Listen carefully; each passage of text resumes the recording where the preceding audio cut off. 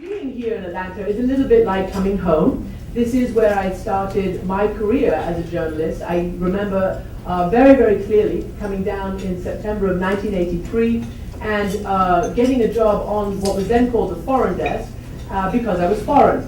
So, you know, you take things where you can, you go through any door that's open, any window that's open, and whenever anyone closes, you look for the way to go around it. I always also remember, and it was sort of coming into my mind, sort of seeping in a terrible memory, that when I was trying to be a reporter at CNN, sometimes the assignment editors would give me a little chance. And I remember that I was pulled out of a day off, having done an overnight shift, and I was asked to fill in for a reporter who was unwell and who was covering at that time, if you remember, the Jan Kemp University of Georgia situation, athletes, scholarships, points, you know, not making the grades, etc. You can see I'm not explaining it very well because I actually didn't understand it very well. And I had to go to the court, and it was the first time I'd been in a court, and I came back, and frankly I did a terrible job of putting the story together, and the assignment editor who had given me the chance basically hauled me over the coals and told me that was the last chance I was going to get. So it was very, very sad, but as always, I managed to treat and you know, sort of treat failure and loss as a motivator, and I decided to work harder and harder and harder and try to get to where I wanted to be, which was a foreign correspondent at CNN. And I have had really the most amazing time, because my mission has been to travel the world and to try to bring the news, the perspective, the views, what's happening there around the world to an American audience primarily, because that is what CNN's first audience was, and then to a global audience when CNN went international. And it's something that I have felt more and more strongly about the more time progresses, because it does actually somewhat amaze me, the lack of exposure to international events, to international perspectives, and to different perspectives in this country. And I do not think it's because people do not want to know or are not interested. I do think it's unfortunately a systemic, structural problem in our news organizations, where it obviously costs money. It is very expensive to cover international news. It is not like just throwing up a talking head who can blather for any given time for, you know, virtually nothing. It costs money, effort, human capital, and increasingly in many of the danger zones we go to, it comes at a great risk. So it's not easy to do that, but it is vital. It is vital to keep telling the stories of the world, because we live in an increasingly and irredeemably and irrevocably globalized world, where it's no longer sufficient, it's no longer safe simply to look inwards and to stay behind closed doors or behind this window, no matter what a huge and powerful window the United States is. One has to look outside.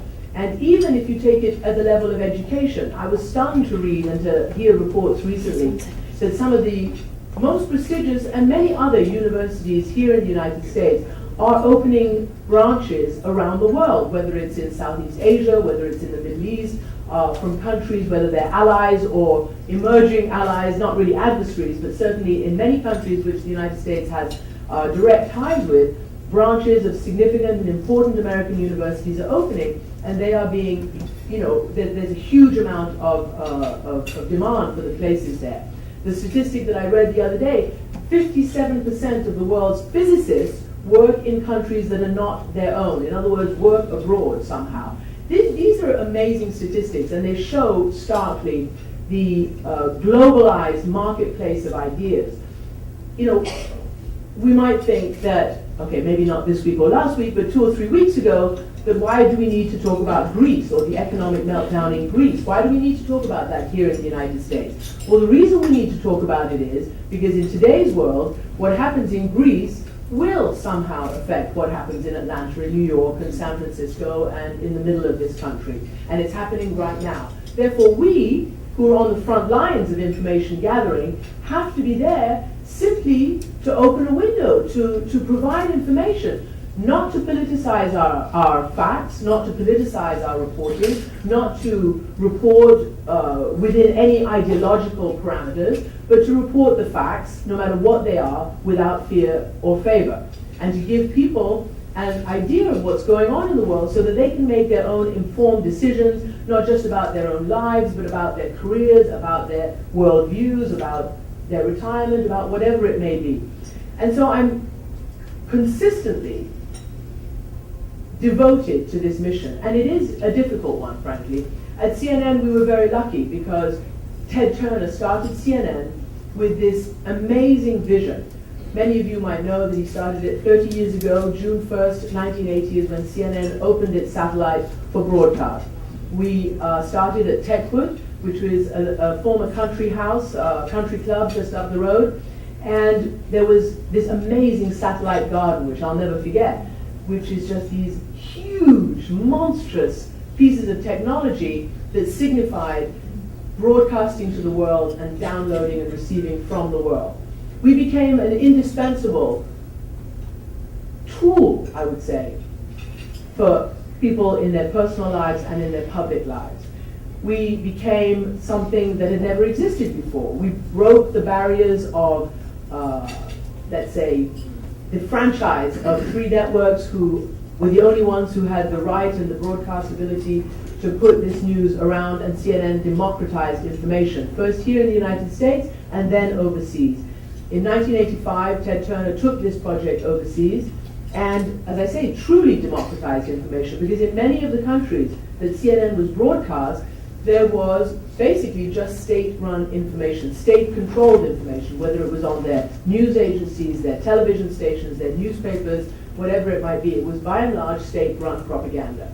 And where CNN could be accessed via satellite, that gave people a different view of the world. And I cannot overemphasize how vital that is, to have a different view of the world, whether you are living in a country overseas or whether you're here learning about overseas and knowing what's going on overseas.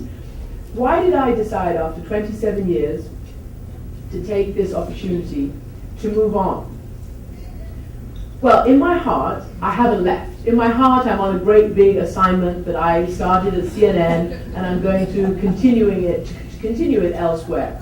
Why am I doing it? Because of precisely what I've said to you. That I believe that there are many historic moments, but this is one of them, where we really must know more about what's happening in the world.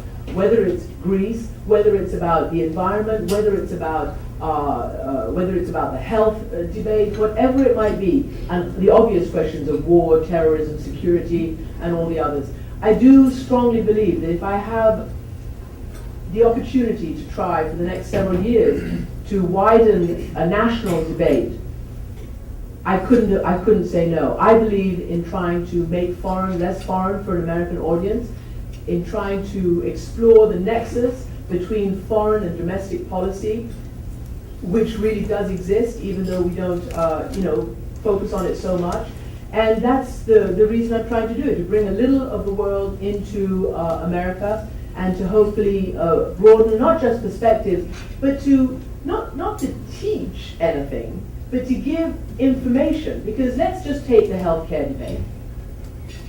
If I had been doing this week, rather than focusing on the nitty-gritty inside the Beltway politics on a weekly basis, I would have obviously taken into account the politics, but focused heavily on the policy, on the issues. Does anybody know what the real issues were? I mean, I don't. I'm quite smart, and I couldn't figure out what was going on.